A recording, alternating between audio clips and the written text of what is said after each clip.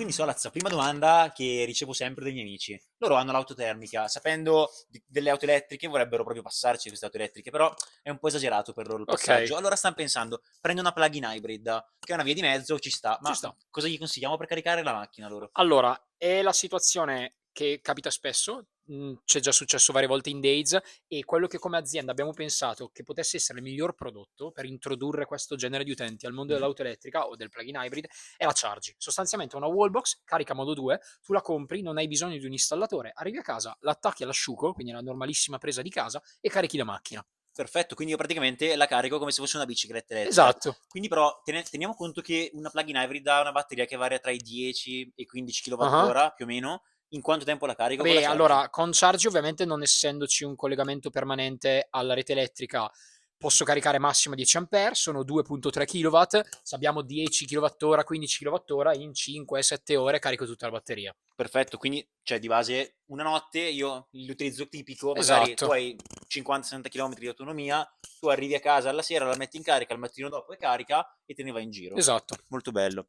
E ok, e perché non dovrei usare un carichino? Cioè, perché io so che tutti mi dicono, ma Jumbo, prendi una macchina. Spesso mi arriva con la macchina un carichino facilissimo che lancio in garage, lo attacco, mi sembra più o meno che Chiaro, faccia la il stessa cosa caricatore di della Chargy. emergenza tu intendi, Caricatore di quello che ti emergenza. lascia. Ma allora, partiamo dal fatto che in generale ad oggi stiamo vedendo che molti produttori il carichino, quindi il caricatore di emergenza, lo stanno togliendo da, diciamo, opzione di gamma con l'auto e te lo mettono come optional. Abbiamo visto anche Tesla, se non sbaglio, qua in Italia Sì, sì, adesso fa anche così. Tesla, è vero. Sì. E quindi comunque costa. La Chargy costa un po' di più, ma qual è la vera differenza tra il carichino e la Chargy? Che il carichino rimane per tutta la sua vita. E quindi lui è un modo 2, non si collegherà mai permanentemente al sistema elettrico e caricherà sempre massimo a 2.3.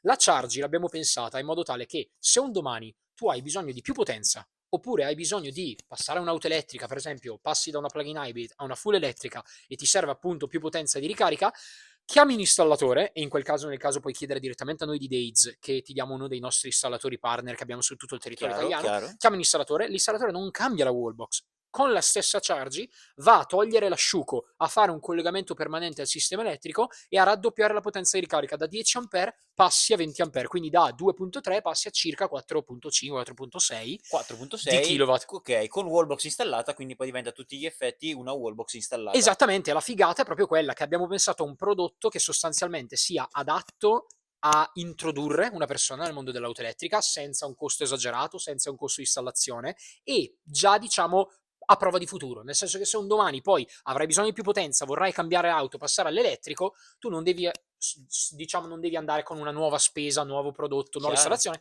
chiama un installatore, ti fa l'upgrade, poche centinaia di euro e tu hai una wallbox in modo 3 pronta per caricare. Bello slogan a prova di futuro. A prova Bello. di A prova futuro, di è così. futuro.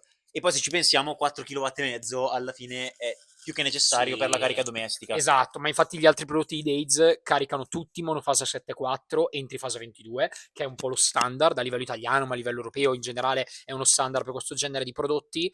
Ma infatti qui ti faccio la mia prossima Sì, domanda.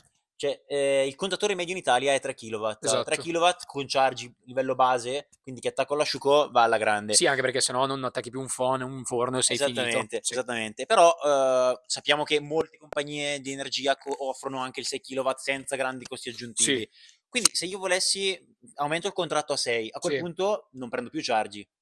A quel punto non prendi Cosa più facciamo? Chargy, nel senso che ovviamente 4.6 soddisfa tante situazioni, però Chargy è un prodotto che noi abbiamo proprio pensato come entry level per entrare nel mercato della ricarica dell'auto elettrica, per uno che ha una necessità di spesa un po' più bassa, ma che ovviamente deve anche avere, cioè ha dei limiti di utilizzo, nel senso che abbiamo dei prodotti molto più fighi per uno che vuole il massimo dalla ricarica dell'auto elettrica. In quel caso, come Days, il nostro prodotto che presenteremmo a questo potenziale cliente sarebbe la Days Box Home. Giusto? Certo, che tra l'altro ho visto che ha vinto anche dei premi di design. Ha Ah, vinto anche dei premi di design. bello. Me l'hai appena detto come se non sapessi che li Come avesse se non lo vinti, ma lo sapessi. sapevi benissimo. Lo sapevo, Perfetto, lo sapevo, perfetto. certo, chiaro.